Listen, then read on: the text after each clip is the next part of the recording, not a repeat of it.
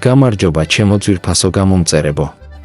დღეს მოგიყვებით უკრაინის თბილ და საინტერესო ისტორიას, ქვეყანაზე, რომელსაც აქვს უძველესი ფესვები, მდიდარი კულტურა და ღრმა სულიერი ტრადიციები. უკრაინა არის ქვეყანა აღმოსავლეთ ევროპაში, სადაც საუკუნეების განმავლობაში ცხოვრობდნენ სლავური ტომები. ისინი იყვნენ მშვიდობიანი ხალხი, რომლებიც მიწას ამუშავებდნენ, ბუნებასთან ახლოს ცხოვრობდნენ და დიდ პატივს სცემდნენ ოჯახს, ტრადიციებსა და რწმენას.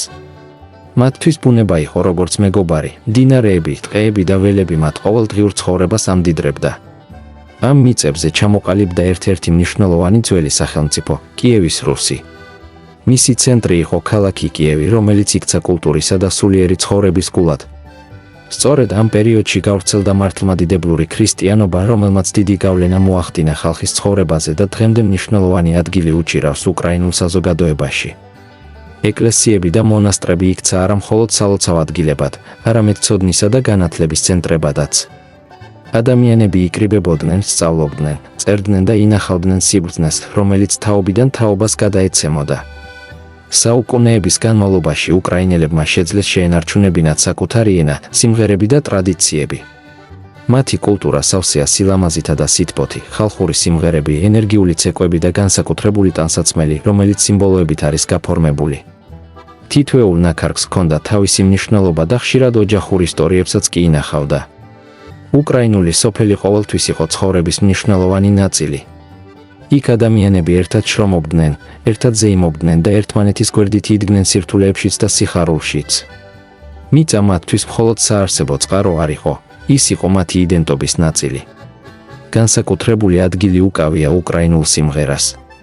ეს სიმღერები ხშირად მოგვითხრობენ სიყვარულზე, ოჯახზე, ბუნებაზე და ადამიანის შინაგან სამყაროზე.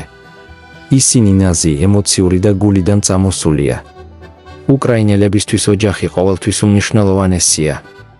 უფროსების პატივისცემა, ბავშვების სიყვარული და ერთმანეთის მხარდაჭერა მათ კულტურაში ღრმად არის ფესვგადგმული. სტუმარი კი მათთვის ყოველთვის განსაკუთრებულია, სტუმართმოყვარეობა მათი ერთ-ერთი მთავარი თვისებაა. დროთა განმავლობაში ქალაქები გაიზარდა, განვითარდა ხელოვნება, მეცნიერება და განათლება. გაჩნდა უნივერსიტეტები, თეატრები, მუზეუმები, ადგილები, სადაც ადამიანი არა მხოლოდ სწავლობს, არამედ საკუთარ თავს პოულობს. უკრაინა ასევე ცნობილია თავისი ლამაზი ბუნებით, უსასრულო ველები, ოქროსფერი ხორბლის კანები, 7 მდინარეები და მწვანე ტყეები ქმნის განსაკუთრებულ ატმოსფეროს, რომელიც ბევრ ადამიანს შთააგონებს. დღეს უკრაინა არის ქვეყანა, რომელიც აერთიანებს ძველსა და ახალს. აქ ადამიანები პატივს სცემენ თავიანთ ფესვებს, მაგრამ ამავე დროს ცდილობენ განვითარებას, განათლებას და უკეთეს მომავალს. თანამედროვე უკრაინელები ინარჩუნებენ ტრადიციებს, მაგრამ ცხოვრობენ თანამედროვე სამყაროს რიტმით. უკრაინელები არიან ძლიერი სულიერი ფასეულობების მქონე ხალხი, რომლებიც ინარჩუნებენ თავიანთ კულტურას და რწმენას თაობიდან თაობამდე. მათთვის მნიშვნელოვანია სიკეთე, შრომა, სიყვარული და ერთმანეთის პატივისცემა. ამ ქვეყნის ისტორია გვასწავლის ერთ ძალიან მნიშვნელოვან რამეს, რომ ადამიანების ძალა არის ერთობაში, რწმენაში და იმაში, რომ არასოდეს დავივიწყოთ ჩვენი ფესვები. დიდი მადლობა, რომ მიყურეთ და მომისმინეთ.